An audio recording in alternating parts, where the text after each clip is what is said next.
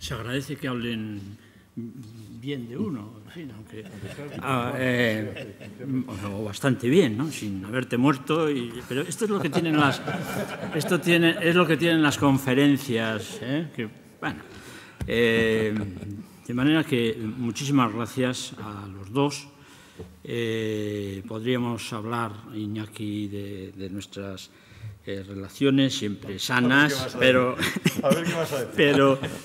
bueno, estaríamos mucho tiempo, y me alegra también que esté a mi vera Javier Zarzalejos. Es miembro de una familia que he admirado siempre en él y en sus hermanos, y muchísimas gracias, Echaniz, de Azpeitarra. ¿Qué andamos? Bueno. De Toledo, ahora. Sí, efectivamente. Andamos por el mundo, que en todos los sitios está bien.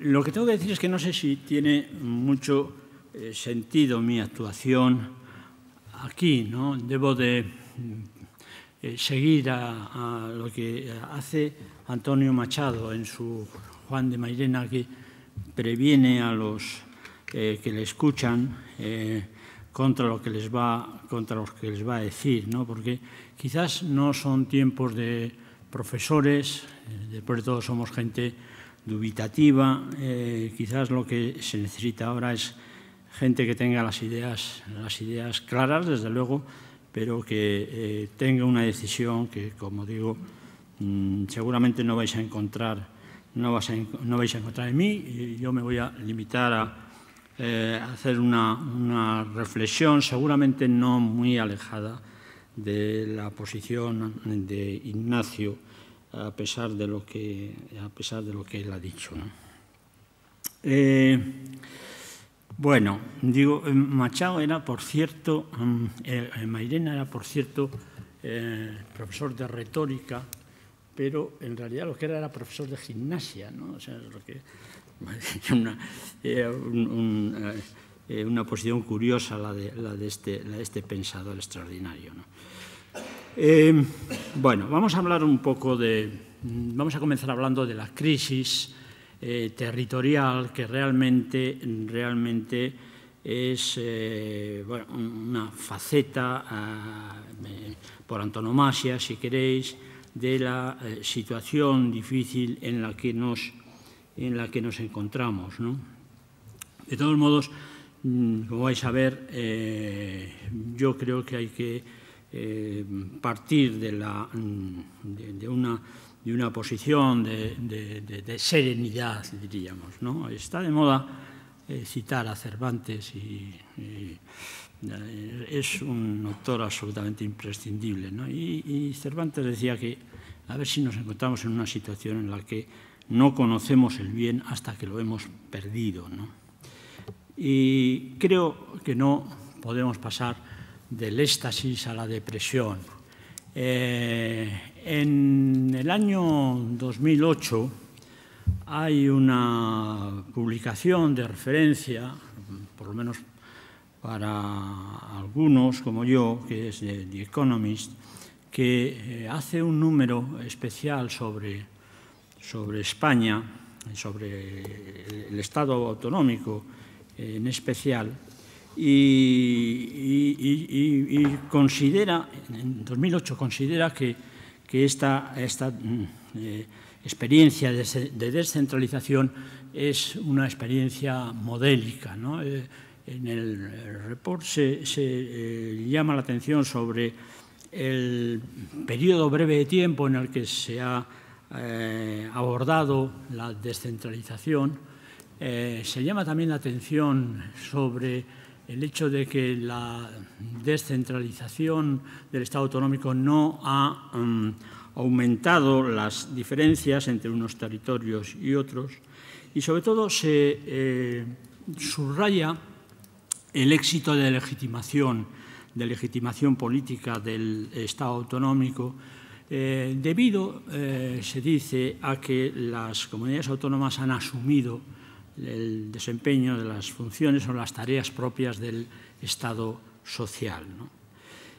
Yo creo que se podía todavía insistir más en el acierto del Estado autonómico, ¿no? Se podría decir que en realidad el Estado autonómico, la descentralización de la Constitución, enlazaba perfectamente con las dos reflexiones más inteligentes que se han hecho sobre la problemática del Estado regional en España, la reflexión que lleva a cabo Azaña y la reflexión que lleva a cabo Ortega. Es decir, el Estado autonómico pretendía encontrar o suministrar un acomodo de aquellas partes de España con una especial sensibilidad identitaria, y el Estado autonómico entendía en la línea de Ortega, entendía la descentralización como una oportunidad de renovación, de refacción regeneracionista de España. Otra tercera razón por la que podemos mostrar una satisfacción sin llegar efectivamente al éxtasis, pues no dejaba de implicar una idea optimista sobre nuestro Estado.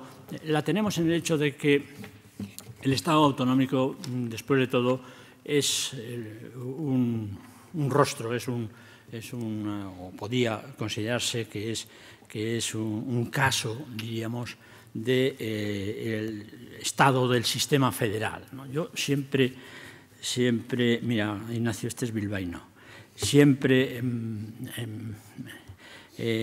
me acuerdo, aquí y en muchas ocasiones, porque realmente es un santo, ¿no? En fin, que lo tengo en altísima consideración. El caso de José Miguel de Azaola, ¿no? José Miguel de Azaola es un vascólogo eminente, un autor que publica un libro muy importante a finales del franquismo, su Vasconia, sobre la descentralización querida entonces, claro, en España. Se suele decir que el Estado autonómico tiene un precedente próximo o un inspirador próximo que sería Eduardo García Enterría. Yo creo que realmente el que vio lo que iba a ser el Estado autonómico es José Miguel de Azaola, ¿no? Y José Miguel de Azaola habla de las formas federativas, ¿no? de los sistemas federales, y desde luego nuestro sistema autonómico es perfectamente encuadrable en esos sistemas que se caracterizan por que son compuestos, tienen dos niveles de autoridades, que distribuyen las competencias entre los dos niveles de autoridades en el plano constitucional y que reconocen una instancia, una jurisdicción que en términos técnicos va a resolver los conflictos que surjan entre el Estado central y las organizaciones políticas, se llamen comunidades autónomas, se llamen Länder, se llamen como se llamen, ¿no? Y efectivamente ese parámetro triple del Estado o de la forma federativa se conoce en el caso del Estado autonómico. Bueno, el caso es que ha pasado un tiempo y se ha generalizado hasta cierto punto un clima que pone en cuestión el sistema autonómico. Yo he querido que seamos conscientes y que entendamos lo que se va a decir después, brevemente, partiendo de esta idea y advirtiéndoos efectivamente de lo que decía Cervantes, ¿no? desgraciadamente el bien se conoce cuando se ha perdido. A ver si no nos ocurre esto, que nos enteramos de lo que tenemos cuando lo hemos perdido. Bueno, el caso es que hay tres propuestas de sustitución, tres alternativas al Estado autonómico de las que me voy a ocupar, aunque sobre todo me voy a ocupar de detallar un poquito más la última, ¿no? Digamos que hay quien piensa que es necesaria una rectificación del Estado autonómico. En este planteamiento encontraríamos a los que abogan explícita o solapadamente por una recentralización del Estado.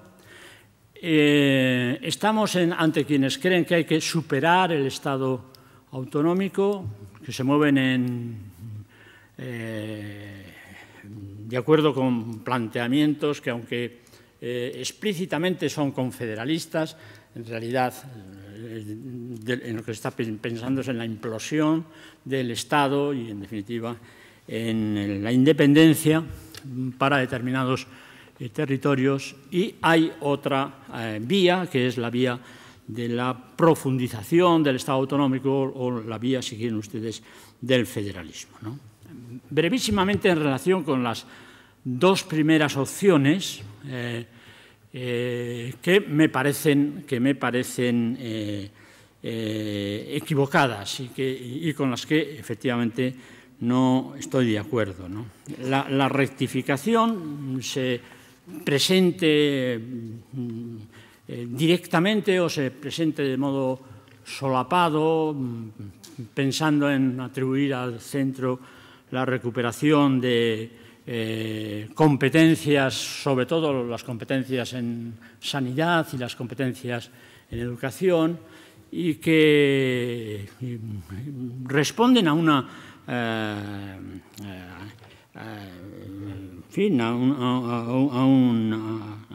una voluntad o a un prurito de garantizar la homogeneidad y la eficiencia, la igualdad y la eficiencia del Estado. Este planteamiento recentralizador, como digo, bueno, tiene razón en lo que puede suponer la denuncia de determinadas disfuncionalidades de nuestro Estado. Bueno, pues hablemos de duplicidades o hablemos de riesgos que puede tener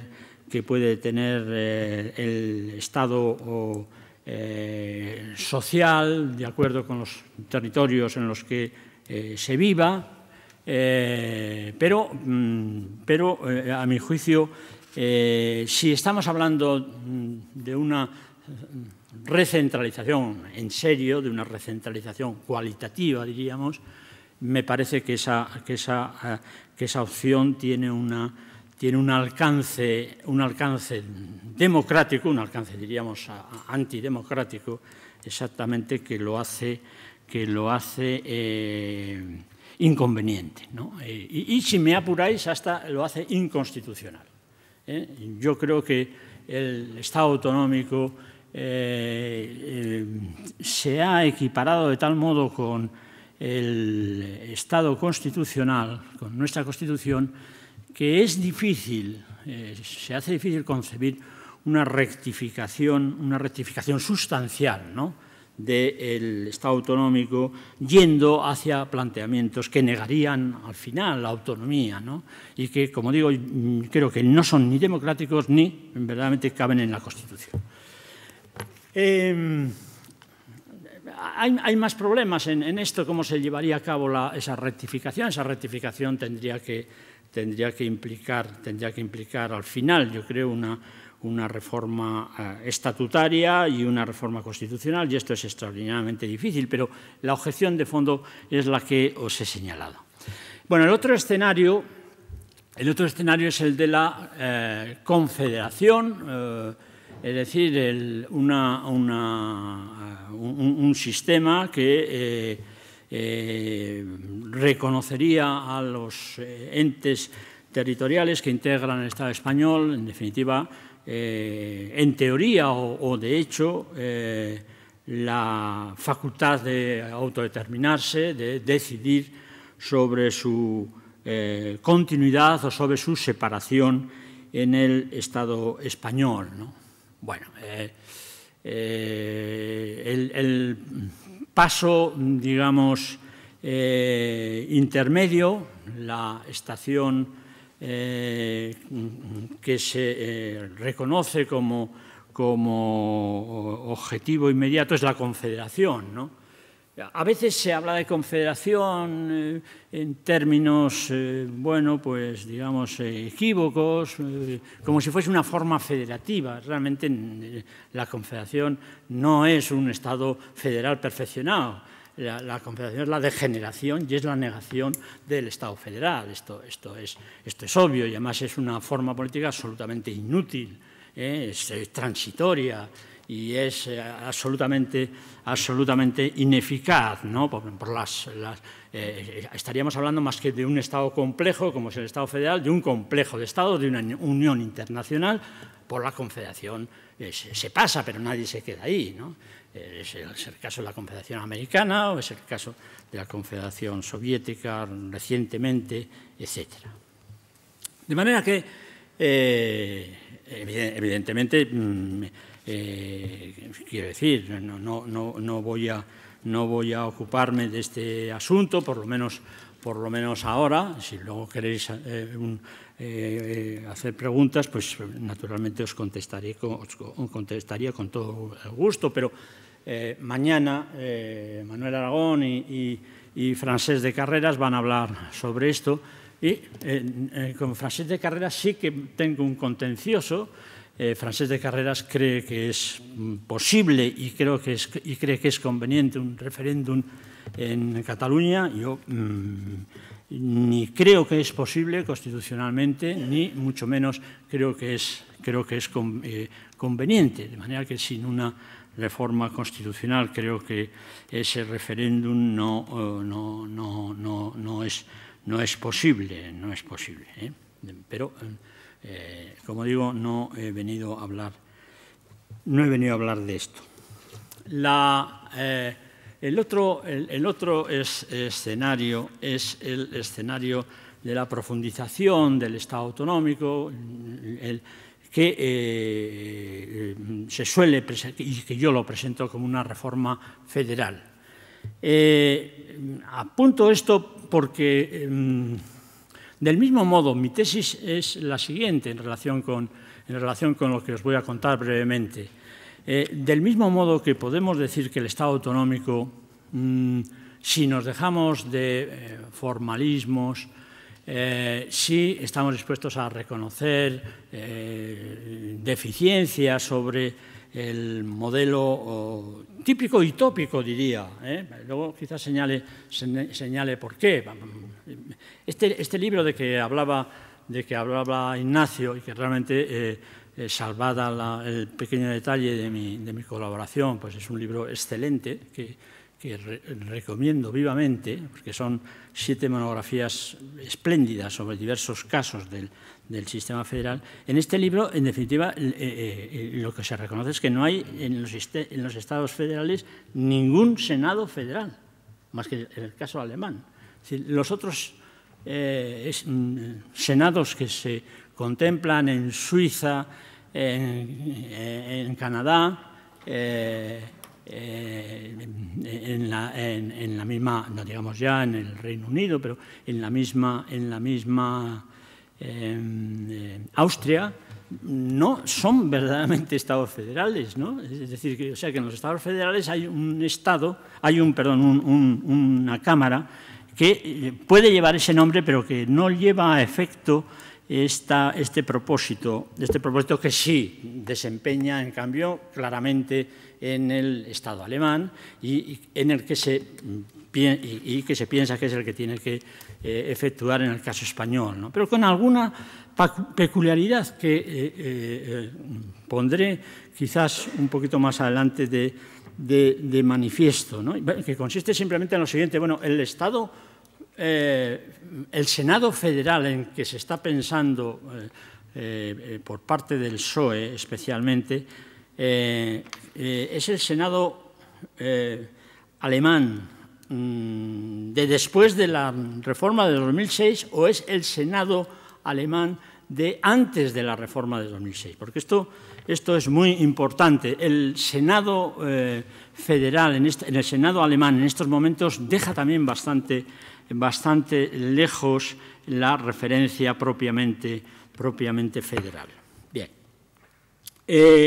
Bueno, os decía que del mismo modo que creo que se puede hacer una lectura federal con estos matices del Estado autonómico, el Estado federal en el que se puede pensar hay que entenderlo como una culminación del Estado autonómico, pero no como una forma política que suponga una cesura con el Estado autonómico. Y eso es muy importante, ya lo digo ya desde ahora, porque hay dos rasgos del Estado autonómico que en absoluto me parece que son prescindibles en un hipotético Estado federal. Me estoy refiriendo al 161, a la posibilidad que hable el 161 de que la denuncia ante el Tribunal Constitucional de una actuación anticonstitucional implique la suspensión de la misma a solicitud del Gobierno y, por otra parte, la condición dual de los estatutos de autonomía como normas, entre comillas, constitucionales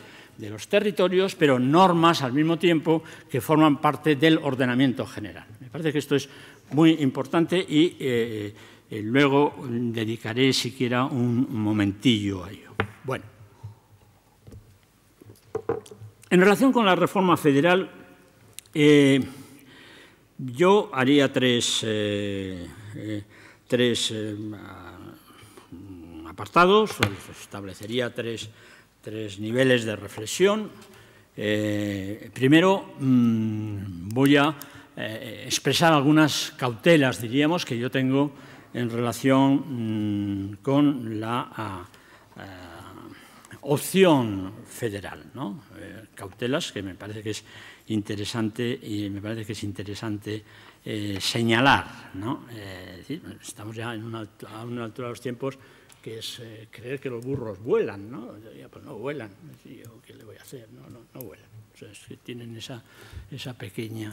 Es decir, las cosas tienen sus funciones, tienen sus limitaciones y entonces no son una panacea, no son el bálsamo de Fierabras, ¿no? Entonces esto del federalismo pues tiene sus exigencias, ¿no? Y sirve para lo que sirve, pero no para todo, no puede ser el remedio. Por ejemplo, no es el remedio, evidentemente, de las tensiones nacionalistas, ¿no? Me parece que eso es obvio, ¿no? Que no sirve para eso. Es decir, si estamos pensando en el acomodo de Cataluña, el acomodo nuestro, Ignacio, no sé qué acomodo, no se puede estar mejor que como estamos. Yo no sé ¿Nuestro te refieres a los vascos? Sí, sí. No se puede estar mejor, o sea que no sé en qué consiste, no sé de qué se quejan, ¿no? O nos quejamos, ¿no? Pero, en fin, en el caso de Cataluña ahí hay un margen, quizás, y luego, si queréis, os doy yo mi opinión al respecto, pero insisto en que me parece que esto no toca, ¿no? Bien, digo, estableceríamos brevemente unas cautelas, después nos referiríamos al catálogo de reformas que el Estado federal conllevaría en relación con el Estado autonómico, es decir, reformas de nivel constitucional, efectivamente, y finalmente insistiría un poco en lo que he señalado hace un momento. Estamos hablando de una forma política que profundiza el Estado autonómico, que culmina, si queréis, el Estado autonómico, pero estamos hablando de un Estado federal, en este caso, que no puede romper con algunos rasgos del Estado autonómico y, concretamente, con esos dos preceptos constitucionales, que son el 161.2 y el artículo 147, en relación con la denuncia ante el tribunal de esas disposiciones o resoluciones, dice el artículo 101, que son notoriamente anticonstitucionales.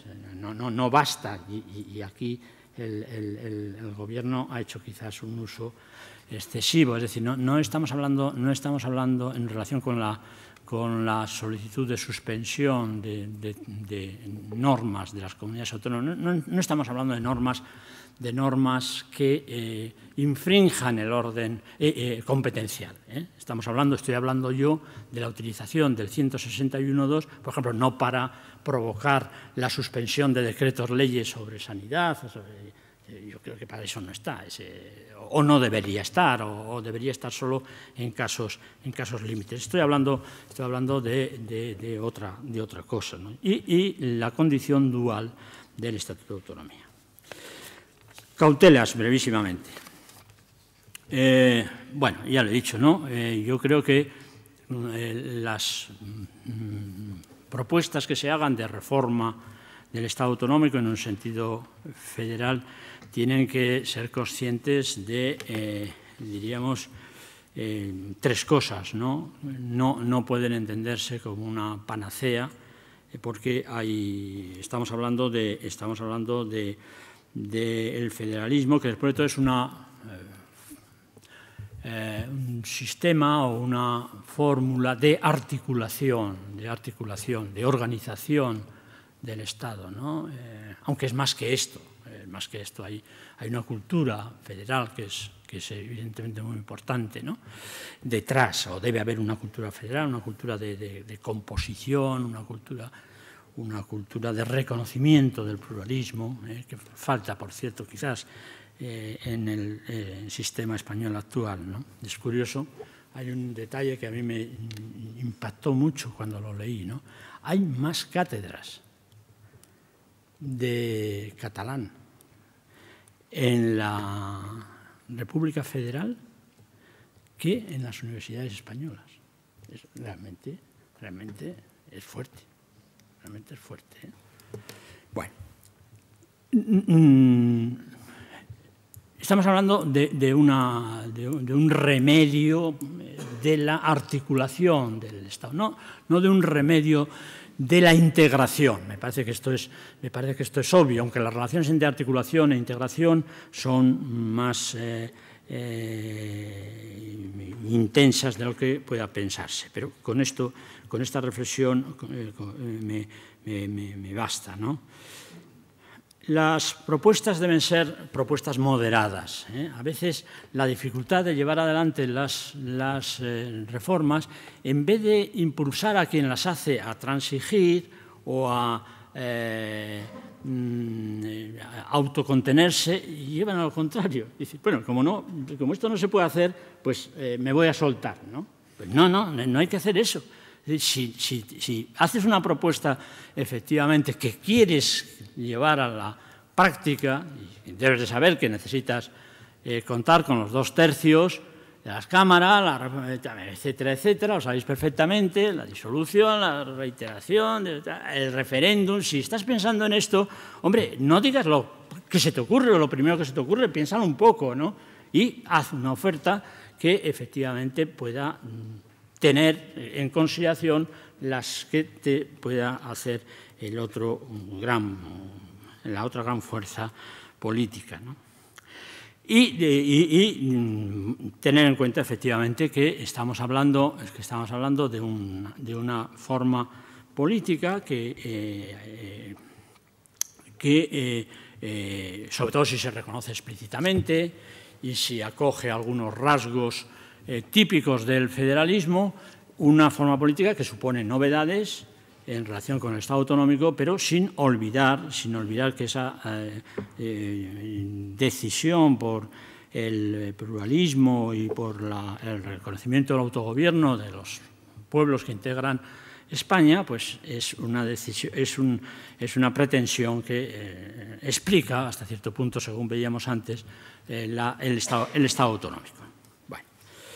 En segundo lugar, pasaría al catálogo, ¿no? Muy brevemente. Es decir, el catálogo, vamos a ver, yo en el catálogo de propuestas concretas haría 3 apartados. Creo que convendría una modificación del título preliminar de nuestra Constitución. Yo creo que, hombre, lo importante no es cómo llamemos al Estado, pero alguna significación tendría el cambiar la... No se habla en nuestra Constitución de Estado autonómico. Bueno, se podría hablar de Estado de forma federativa o de Estado federal, ¿no? Tiene sus ventajas. El tener una referencia, digamos, consolidada, tiene ventajas de inspiración y de resolución, digamos, de problemas de interpretación, ¿no? Es importante, por ejemplo, que sepamos que tenemos una forma política que se llama monarquía parlamentaria. De acuerdo que lo que es la monarquía parlamentaria no depende de lo que se entiende en la teoría constitucional, ni siquiera de lo que se practica en los países que efectivamente tienen una monarquía parlamentaria. La monarquía parlamentaria depende de la posición constitucional y de las atribuciones que se dan a la norma fundamental al rey y a las que le corresponden al Parlamento, ¿no? A las Cortes. Pero está bien que sepamos que nuestra monarquía es una monarquía parlamentaria. No es una monarquía absoluta, ni es una monarquía constitucional en el sentido de la monarquía del 19, donde el rey tenía algún vestigio, diríamos, de soberanía. Estamos hablando de una monarquía en la que hay un Parlamento, hay unas Cortes que son efectivamente quienes tienen la soberanía, ¿no? De manera que me parece que está bien y en este sentido quizás no sería inútil, insisto, la utilización de esta cláusula definitoria, ¿no? De nuestro Estado, ¿no? En algunos casos lo utilizamos en la Segunda República con lo de Estado integral, aunque aquello tampoco aclaraba mucho, porque sí sabías que era nuestro Estado, pero no sabías lo que era el Estado. El Estado era integral, pero claro, no sabías en qué consistía eso, ¿no?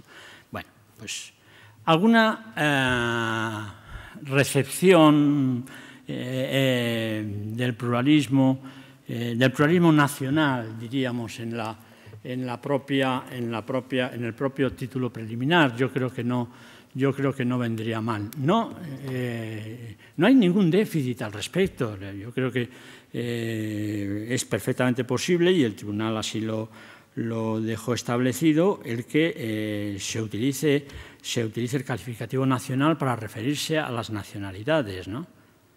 Se podría hablar nacionalitarios, pero realmente es un adjetivo que suena muy mal y se puede hablar de nacional. Quizás el reconocer esto no estaría mal.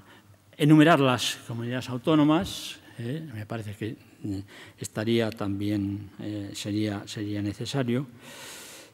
Y quizás una referencia en mejores términos al papel del castellano, ¿no? El castellano como lengua común, al lado de los idiomas cooficiales privativos, no propios. No son propios, sobre todo si se quiere decir que el castellano no lo es, ¿no? Decía Arteche, gaztelania ere hemengoa da, el castellano también es de aquí. El castellano también es de aquí. No es que el vasco es el idioma propio y el castellano es el idioma extraño o impropio. Bueno, en lo que se refiere a las competencias, pues seguramente es necesario un esfuerzo de clarificación. El capítulo de competencias debería de estudiar el objeto, el ámbito de la competencia y la forma en la que se ejerce esa competencia, ¿no? Quiero decir, yo creo que habría que hablar de 3 bloques competenciales, para el Estado central, los que se refieren a la determinación de los grandes códigos nacionales, los que garantizan la igualdad en la línea clarificada del 149.1, los que le atribuyen al Estado de modo claro y no de modo digamos, indirecto, la dirección de la política económica y la coordinación. Yo creo que estas serían las grandes las áreas o las competencias fundamentales, siguiendo operando con la noción de base-desarrollo como criterio de distribución fundamental de las competencias, cuando no hablamos de las competencias de autoorganización, que son naturalmente competencias exclusivas, ¿no? De manera que yo creo que este instrumento de las bases, yo creo que habría también que conservarlo, ¿no? Bueno, se utilizaría la cláusula residual para atribuir a las comunidades autónomas o reconocer a las comunidades autónomas las competencias que no se asumen en ese 148-149 renovado, ¿no?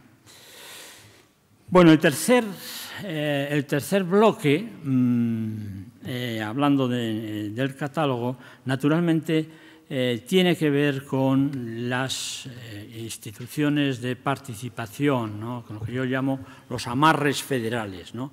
Es decir, los sistemas federales, como sabéis, no se distinguen solo por el reconocimiento de un ámbito propio de autogobierno a los entes integrantes de la federación, sino que lo que caracteriza a los sistemas federales es la oportunidad que tienen los entes integrantes de formar parte de la composición de las instituciones del Estado central y sobre todo del Senado, ¿no? Y entonces aquí vendría efectivamente el problema de la reforma del Senado. Vamos a ver, estoy ya prácticamente fuera de hora. ¿Qué os diría yo sobre el Senado? Vamos a ver, yo no estoy de acuerdo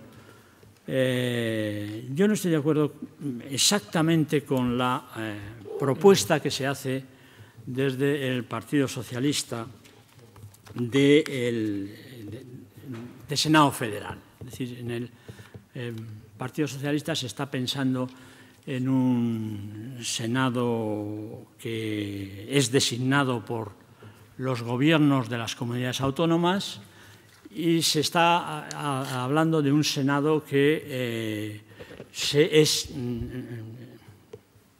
ocupa exclusivamente de la tramitación y aprobación de lo que se llaman las leyes de participación autonómica y que fundamentalmente son las bases, ¿no? Yo no estoy de acuerdo con esa propuesta, que simplifico a grandes rasgos, que se hace, por ejemplo, en el documento, que me parece que es el documento más logrado y que es un documento que yo he estudiado y del que me he ocupado con cierto detenimiento, en lo que se refiere al Senado, que es el documento de la Fundación Campalans, ¿no? los socialistas catalanes, ¿no? Yo lo que creo que el Senado en el que se puede pensar, y que es un Senado que no lleva necesariamente a una composición muy diferente de la que propone el PSC y que supongo que va a ser la que proponga el Partido Socialista, ¿no? Es decir, el Senado que yo propugno es efectivamente un Senado que parte de las comunidades autónomas, no es un Senado provincialista, pero es un Senado que es designado en los parlamentos de las comunidades autónomas por un sistema mayoritario, por un sistema proporcional corregido, por un sistema mayoritario reforzado, si queréis, como se hace en Austria, es decir, un sistema en el que efectivamente el número de senadores que se designan lo han sido utilizando un sistema que beneficia a la fuerza mayoritaria, que claro es la fuerza en las respectivas comunidades que apoya al gobierno, ¿no? Pero que deja un sitio para la representación también de la oposición en esos parlamentos. Es decir, que el Senado va a ser un Senado en el que van a estar con la mayoría,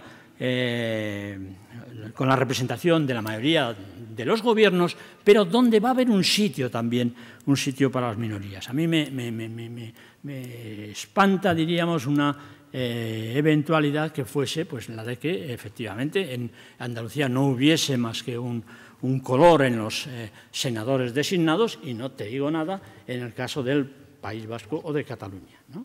Me parece que está bien que las fuerzas, que los senadores representen a sus gobiernos, pero no en un grado tal que dejen sin presencia alguna a la oposición, ¿no? Es el sistema que se sigue en Austria y que a mí me parece el más indicado. Respecto del número, bueno, el número, vamos a ver, yo tengo un defecto que es que defiendo las provincias, ¿no? Quiero decir, es un detalle de mi foralismo que yo las provincias, es decir, a mí la idea de una España con 7 puntos y lo demás desierto, de modo que cuando dicen a Teruel vamos a quitar, ¿pero por qué le vas a quitar a Teruel los senadores que tiene? Me parece una aberración de tal grado, ¿no? O a Zamora. En el País Vasco, claro, el autogobierno, como sabéis, lo ejerce o lo ha ejercido históricamente, sobre todo las provincias, sobre todo los territorios históricos, ¿no? Bueno, pues digo esto porque yo creo que la composición del Senado debería de concluirse atribuyendo a las comunidades autónomas una representación que fuese función de 2 factores, en función de población, pero también en función del número de provincias. Bueno, este Senado sería un Senado especializado, efectivamente, en la tramitación y aprobación de las leyes de contenido autonómico. Habría que ver qué se entiende por leyes de contenido autonómico. Habría que ver qué implicaciones tiene esa especialización, por ejemplo, de cara a la tramitación, en primer lugar en el Senado, después en el Congreso, con muchos problemas que esto tiene, ¿no? Pero yo creo que este es el Senado en el que quizás se debería pensar un Senado continuista con el Senado autonómico, aunque con correcciones evidentemente muy importantes. Naturalmente, la tramitación pues, legislativa debería de extenderse más allá de los 2 meses o en fin, los 20 días, que naturalmente debería haber una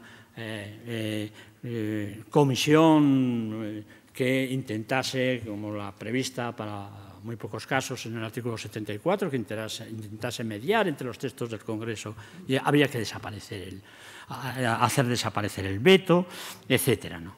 Bueno, a través del Senado lo que habría es oportunidad de, diríamos,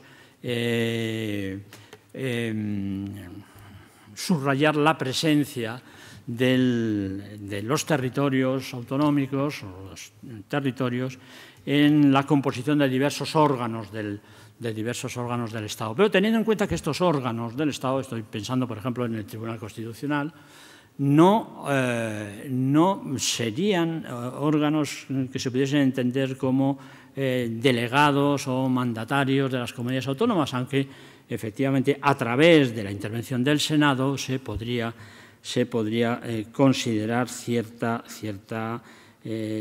relieve autonómico de determinados miembros de estos órganos, ¿no?